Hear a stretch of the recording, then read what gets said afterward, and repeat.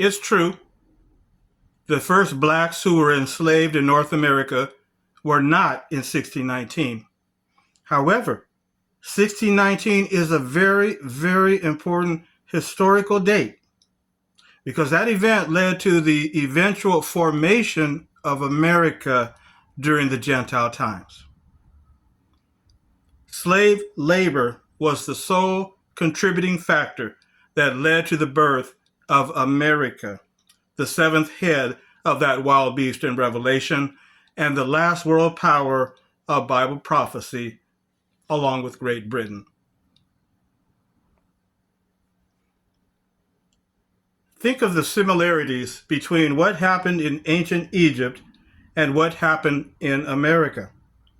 Just as foreigners, the Hebrew Israelites and others, were allowed to enter Egypt, the first world power of Bible prophecy, and eventually were forced into slavery, so too Hebrews and other indentured servants were allowed to enter a land that would eventually become America. And they were also forced into slavery.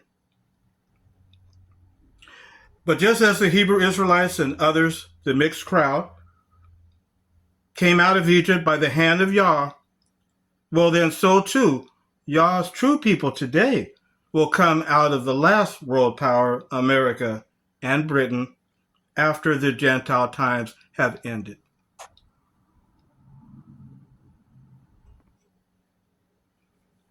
So on this anniversary month of 1619, August 2025, let's break it down of what actually happened, who were some of the original first generation enslaved ancestors. We do have some of their names, how they ended up in slavery, how they really ended up in slavery, and then finally we will look at solid evidence, solid DNA evidence that prove Hebrews were definitely brought over in that 1619 generation. And then we will recap what all this means prophetically today.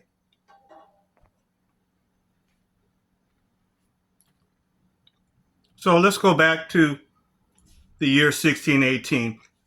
We know that the Portuguese had already invaded the Congo, and they set up a colony there in Angola. So around 1618, the Portuguese, they launched a war campaign against a Congolese kingdom called Ndongo. They invaded the kingdom, took many prisoners as slaves, and those who could escape fled for their lives. Well, this military campaign of the Portuguese in 1618, it spilled on into the year 1619, continuing to go into various regions of the Congo. And there was one area in Congo called the land of the Jews.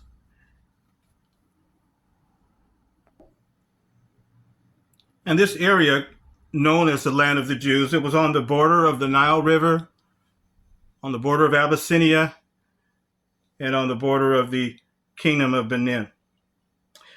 And there were several Abyssinian kings that were attacking a large group of Hebrews in that land. And one of them was King Sosinos I, and he had a military campaign against them, against those Hebrews in the land of the Jews in the year 1617 and 1618, so on. And there were several other kings that we talk about in the book as well.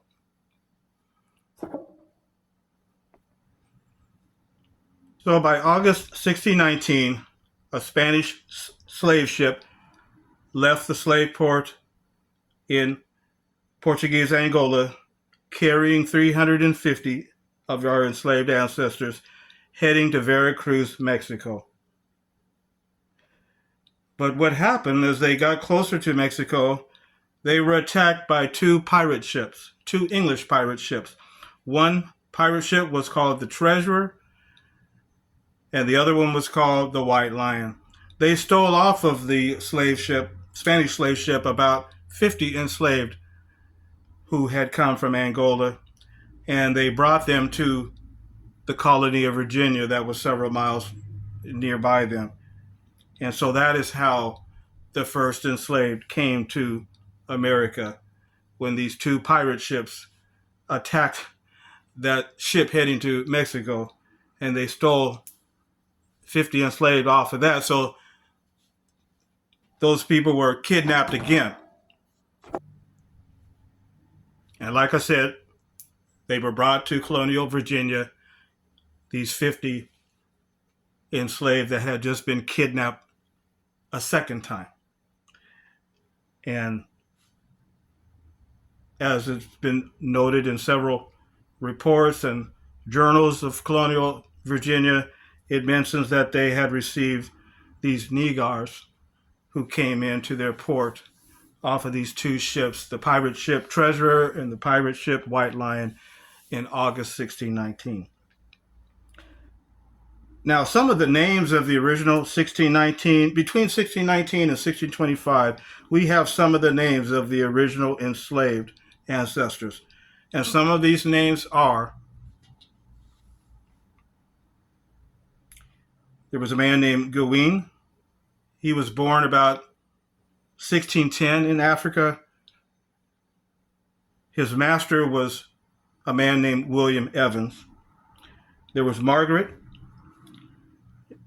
She was Gawain's partner, and supposedly they had a child together. But Gawain did have a child. He had a son, and most researchers believe that Margaret was the mother of Gawain's son. And Margaret, she later took the last name Cornish. But it's interesting, her children took the surname Sweat. And that's the surname that has been passed down to this day. But there's also another family line of the name Cornish as well. But her children took the name Sweat. And there's a story in the book about why that was and how she was whipped and etc. Also was a woman named Angelo. There was a man named Antonio. He came in 1621. There was a man named Anthony. He took the last name Johnson, and he married an African woman named Mary. We'll talk about him a little bit later. There was a man named William. There was John. There was another Anthony. And there was even another Anthony and his wife Isabella. And they were taken by a man named Captain Tucker. And there were several other names. And, it's all in the book there of who each one was and who they were assigned to and so forth. And there were two main plantations that they were taken to.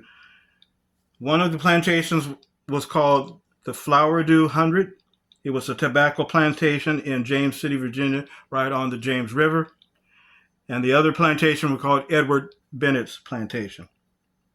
And there were also some other owners that ended up with some of the kidnapped enslaved and put them to work as indentured servants for a certain amount of years. After they served their time, then they were set free in the colony. And of course, the history books don't tell you that, but that's what happened.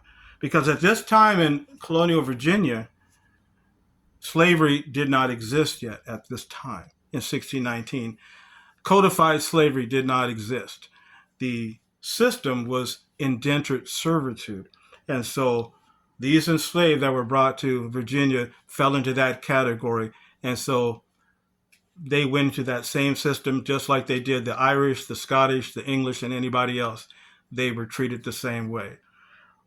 And of course, some of them were mistreated, no doubt about that, but they were not, quote unquote, slaves in the sense of what was going on in Brazil and Haiti and other places that was held by by Spain and Portugal. Virginia was still being held by England, right? Because Virginia was a colony of England. And so they had not participated in the slave trade at this time. So slavery did not exist. Now, for example, Anthony, the one that we spoke about earlier, who took the surname Johnson, he married an African woman named Mary. They ended up finishing their servitude for the man they worked for after so many years, and they were able to get their freedom, and they moved to another county in Virginia. Um, they moved to, let's see, what was the name of the county? Northampton, Northampton County, Virginia, the same county that Nat Turner was in later on. So they moved to Northampton, Virginia, and by the year 1651, Anthony Johnson had acquired 250 acres. He was so prosperous that he was able to purchase the indenture of 5 servants to work his land. He was able to purchase 5 indentured servants to work his land. That's how prosperous he was. And because of that, he was given an additional 250 acres. So in the 1650s, this man had over 500 acres of land and 5 servants working on his plantation, a black man. And again, the history books do not tell you about that.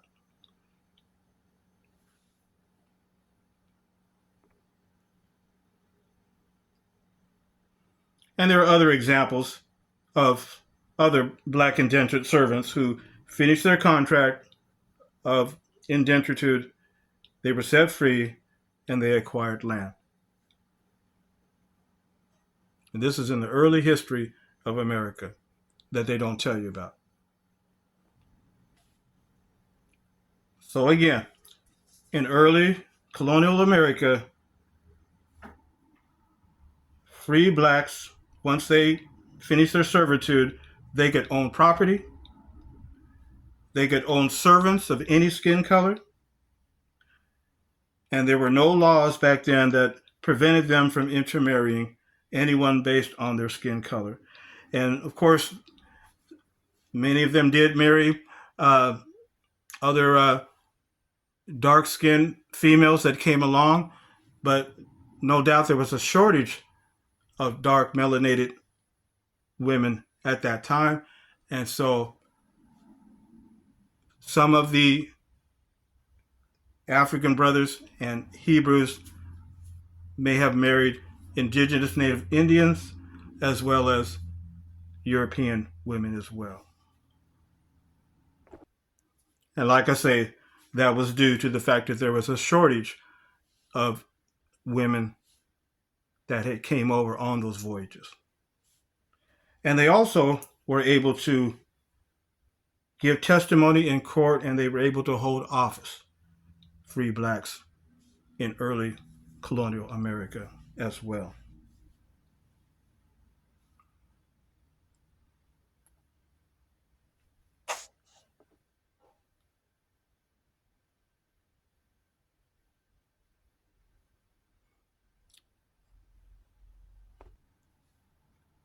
Now, in 1626, the first group of enslaved ancestors from the Congo came to New York, the Manhattan area. But at that time, New York was ruled by the Dutch. So slavery in New York was different than in Virginia. And the same way with Florida. Those who were enslaved in Florida, Florida was under the control of Spain. But getting back to New York, slavery was under the Dutch in the Netherlands. So New York had a different set of slavery. Basically, New York, they didn't accept the indentured servants system. They didn't accept that. But slaves in New York had access to the legal court system. For what good it did, but it did help, because those who were enslaved in New York, they could file lawsuits. They even could file lawsuits against their owners, and it would be accepted. So that's how New York was. It was a little bit different than Virginia. But then, of course, later on, when the British kicked the Dutch out, and then the British took over New York, well, then slavery tightened up with harsh restrictions. And so slavery got very harsh in New York once the British got in there. And then, of course, we know what happened there when the American Revolution War got started and so on and so forth. But slavery really got hard in New York. So, but in Virginia, it wasn't like that. Under the indentured servitude system, Irish people, like I say, Scottish, English, Hebrews, Africans, they all were servants until they finished their contracts. And now, true, many servants were taken advantage of, mistreated. Um,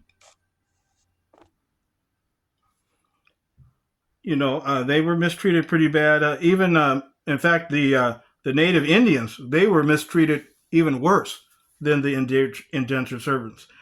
So we have to remember that, friends, that the native Indians, the native indigenous, many of them were taken into slavery also in Virginia as well as in the Carolinas. But things in Virginia began to change after 1639, 1640. And that was because England finally decided to join the transatlantic slave trade in the 1640s to obtain slaves for their sugar plantations in Barbados.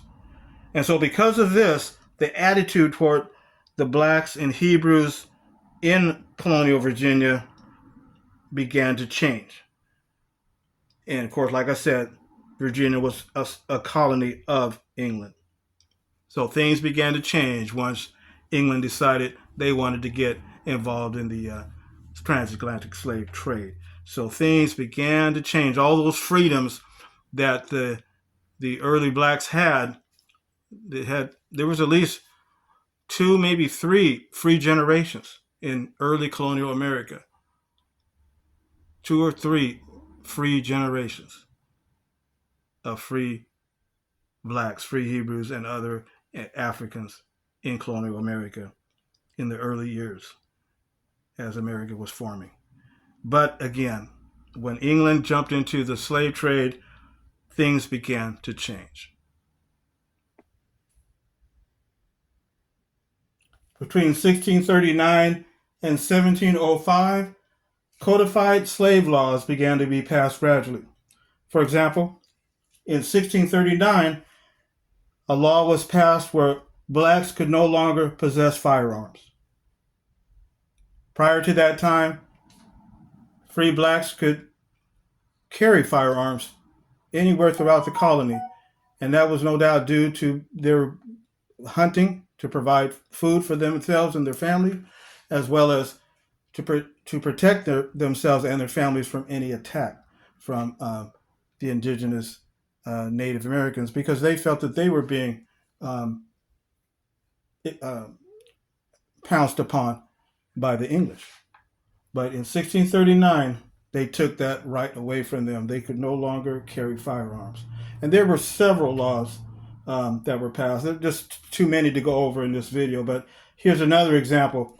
Another law was passed in 1670, and it was a law that said that blacks and Indians could no longer buy white servants to work their plantations. Prior to that time, it was no big thing. They were indentured servants.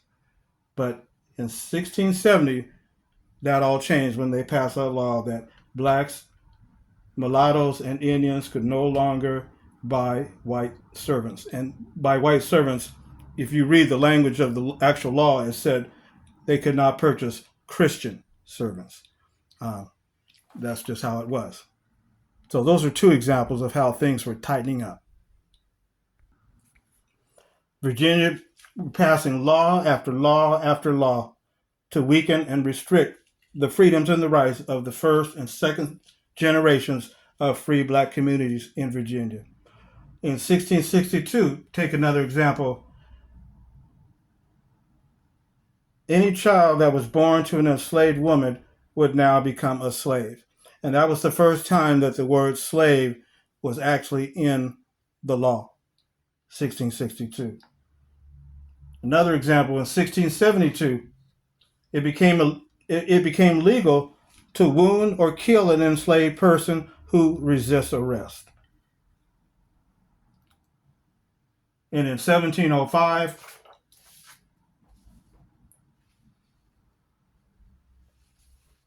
blacks and Native Indians were considered real estate. That's how cold it was.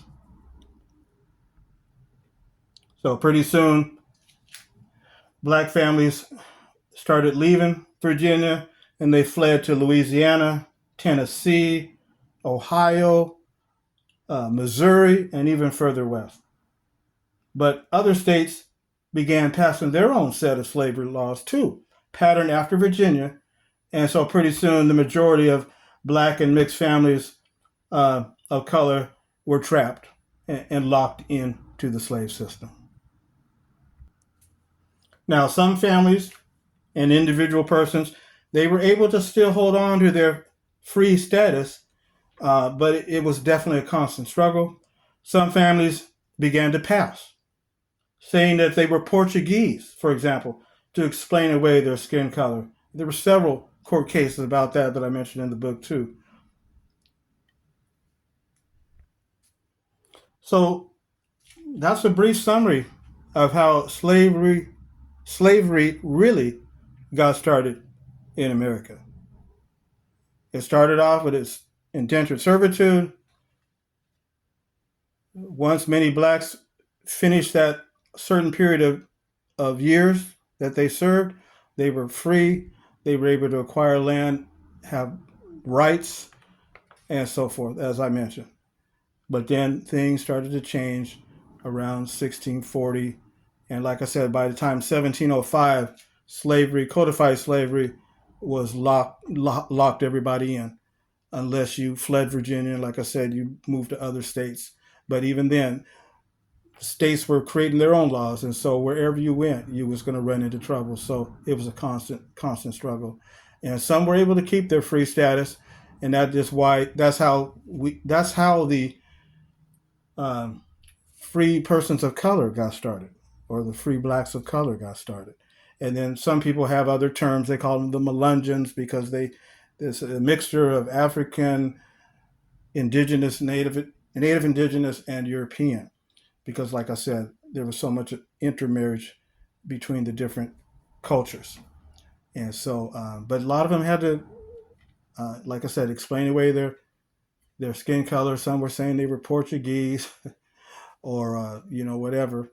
But those that were able to just come out and say they were black, they had to have their papers on them. They had to keep those papers. Don't lose those papers to keep your free status. Because some black families chose to stay in Virginia. They chose to stay there.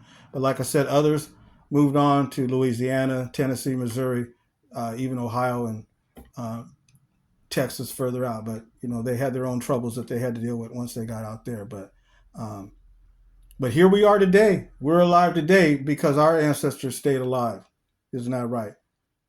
Our ancestors somehow found some way to stay alive, and here we are to this day. So we don't want to just think about what happened during the Civil War and all that. Our history goes way, way back, before the American Revolution, all the way back to 1619, when there were 2 or 3 free generations for a time. So now let's look at what evidence is there that Hebrews were also part of those original families of the 1619 first and second generations who were brought over. But before I forget, let me say this too. Starting in 1719, there were slave ships coming to Virginia from a slave market called Calabar, located in the Bight of Biafra on the coast of West Africa. And the slave market Calabar was near Igbo territory. It was near Igbo territory, which is in modern-day Nigeria. The names of these slave ships are listed in the book. The first slave ship from Calabar to Virginia was called the Ann and Sarah, and it arrived in Virginia on June 30th, 1719, carrying 159 of our enslaved ancestors.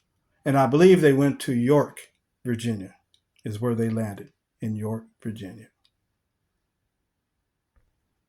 Oh, and another thing I want to say before I forget this too, is that in 1739, another law was passed. This was in South Carolina. You remember the Stono Rebellion?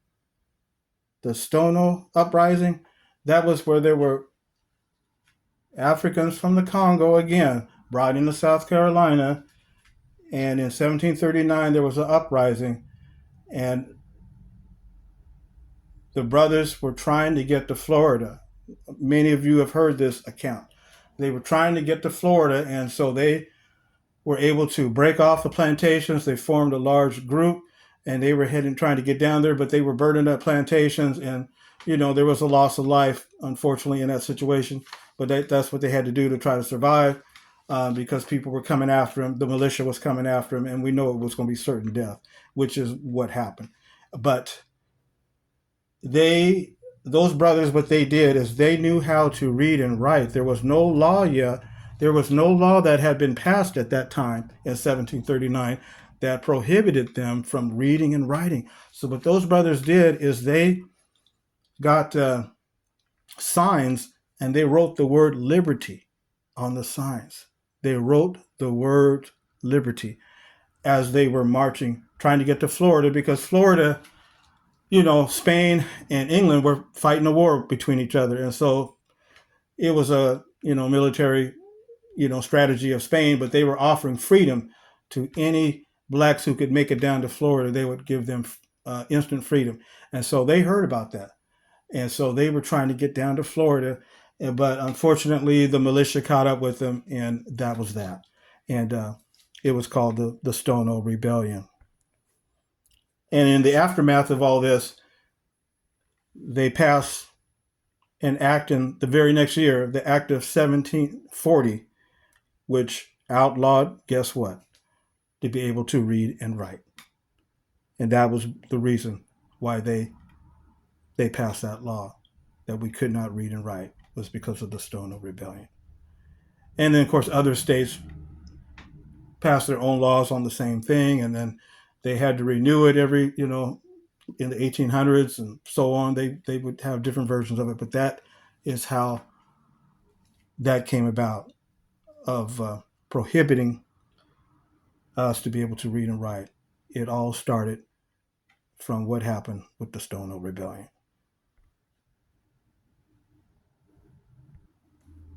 Now, in 2005, there was a DNA project calling for anyone and everyone who believed they had ancestors who were part of the original 1619 generation to participate in the project. In order to qualify, they had to provide some kind of genealogy documentation, either an oral story passed down in the family with specific last names of their ancestors, or family records that trace their family back to one of the original indentured servants or their descendants that were listed in the project. The same way that Native Americans have to do to prove their tribal affiliation to certain ancestors that are listed on those Indian rolls. So it's the same way as that. And some of the surname family lines that were documented in the project were the last names of that they knew for sure, the descendants of some of the original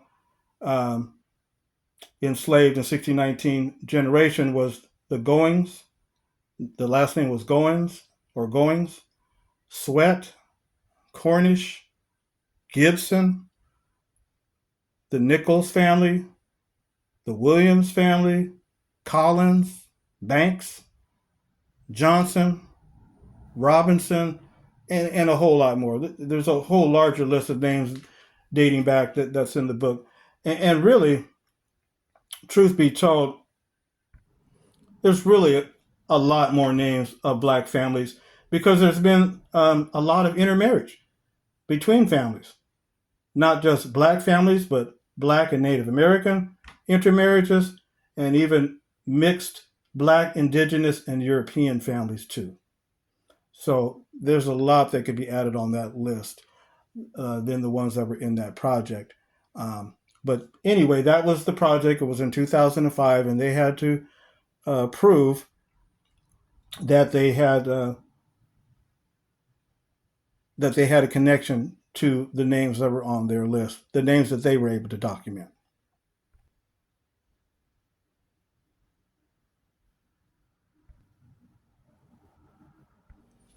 Okay, so let's look at what was discovered.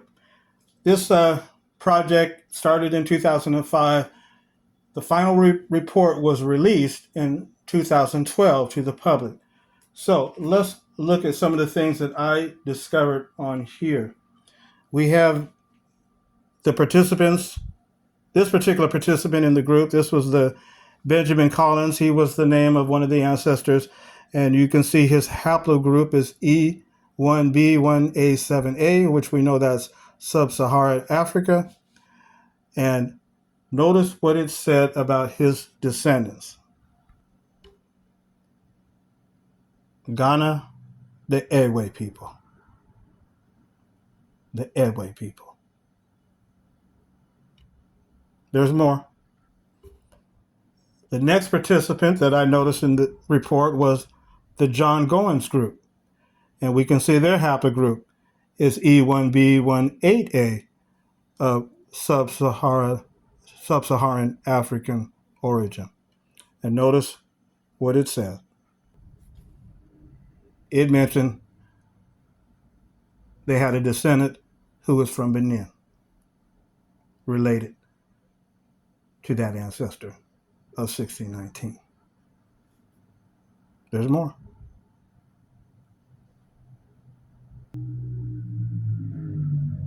This participant here was the Thomas Goins group.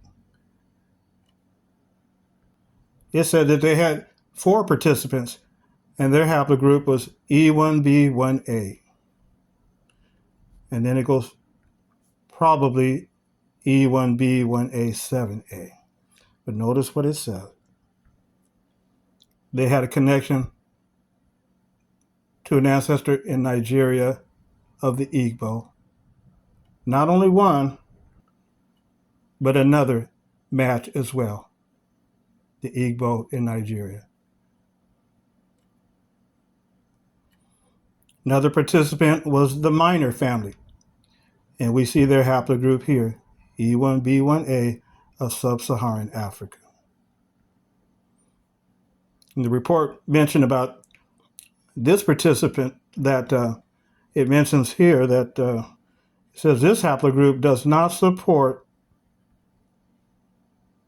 either a native or European Portuguese origin on the paternal line. But notice what's listed on the report for the Minor family. Here's a hit to a connection to Ghana, the Ewe people, and even another hit, the Ewe people in Togo.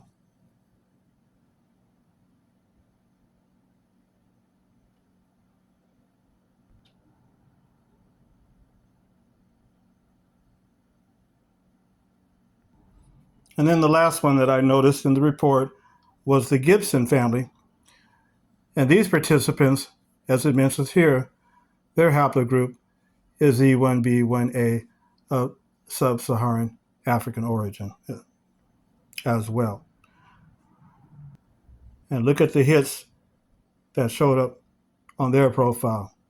They have the Congo, the Gambia, Fula peoples, Ghana, the Asante, Ghana, the Ga people, and another Ghana where the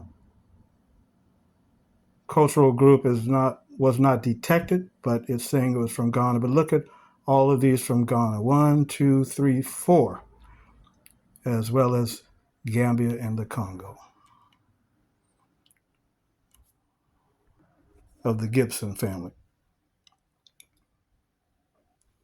So this report is telling us that of the original members of the 1619 generation, their descendants who participated in this project, that was the DNA that came up on those descendants. So that tells us that Hebrews definitely were part of those that came over in the generation of 1619. No doubt about it. Now, let me mention what else I found inside this DNA report when it was released to the public in 2012. Inside the report was, guess what? It was a map of Negro land in the report.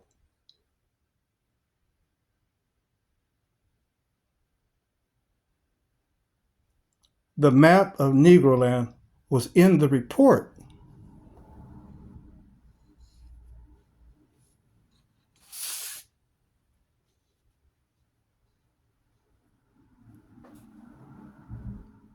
So what does that tell you, friends?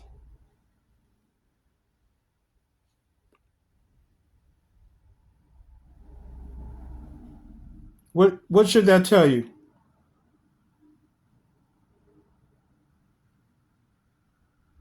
It tells you that they know.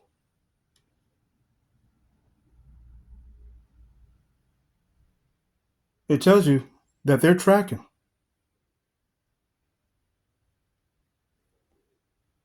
They know that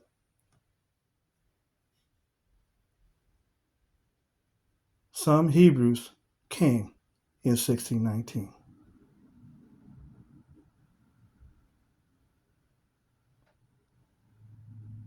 So I just thought I would share that with you too, family.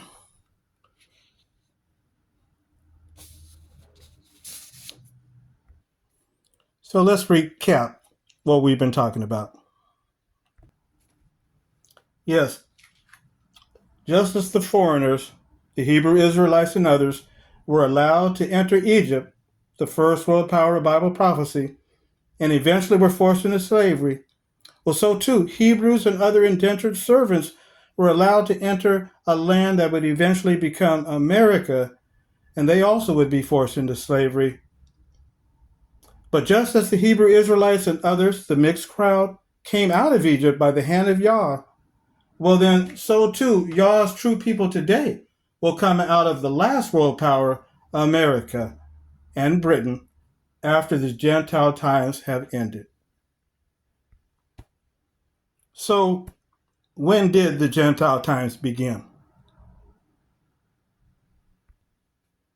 It began in the month of Tishri of 607 BC, when the Babylonians captured Judah and removed the last Judean king off the throne. How long are the Gentile times?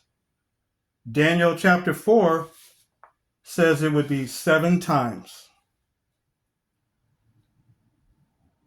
So the 7 times, according to the Bible, it says it's a period of 2,520 years.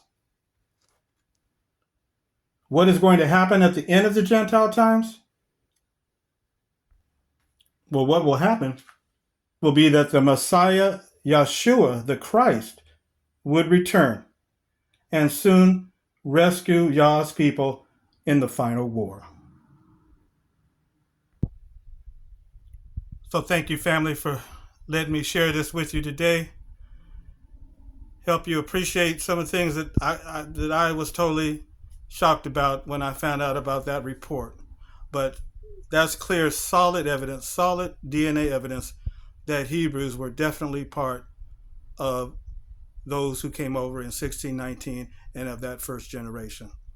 So again, we want to think about the prophetic meaning of that, because those events occurred during the times of the Gentiles. So we want to keep that in mind, that we are living in prophetic times right now. We are deep in the last days here on the 406th anniversary of August 1619. And so only the Most High Yah knows what he's doing. And who would have known that the Hebrews and others that were coming here were coming to a land that would later become America, the 7th head of that wild beast, the 7th world power of Bible prophecy, the last world power of Bible prophecy. So that tells you what time frame we're living in. We are definitely deep in the last days. So let's keep these things in mind, family, and keep studying the Word so that we can understand the truth and make sure that we are approved. Because when at the end of the Gentile times, it said that would be when the Messiah, the Christ, would return again, and that would be when he would be judging and separating the sheep from the goats.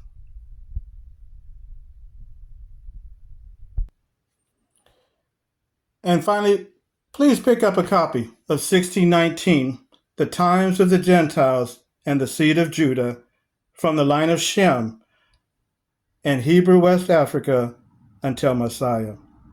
And we'll be doing a video soon here that will break down about the Gentile times. There is a chapter in 2 chapters in the book that breaks it down very well. So those of you who have already picked up a copy, you're reading that and looking up the scriptures. And if you have any questions, please let me know. But it says that the Gentile times would be for 7 times, which when you do the math on it, according to the Hebrew calendar, it comes out to be 2,520 years. And the Gentile times began in the month of Tishri, 607, the Hebrew month of Tishri, which is equivalent to September, October on our calendar.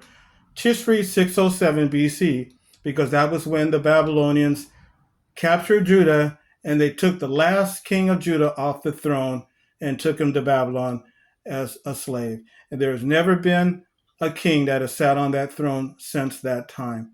But according to the prophecy of Daniel, at the times of the Gentile prophecy, the legal heir to the throne would return and sit on that throne again. And we know who that is.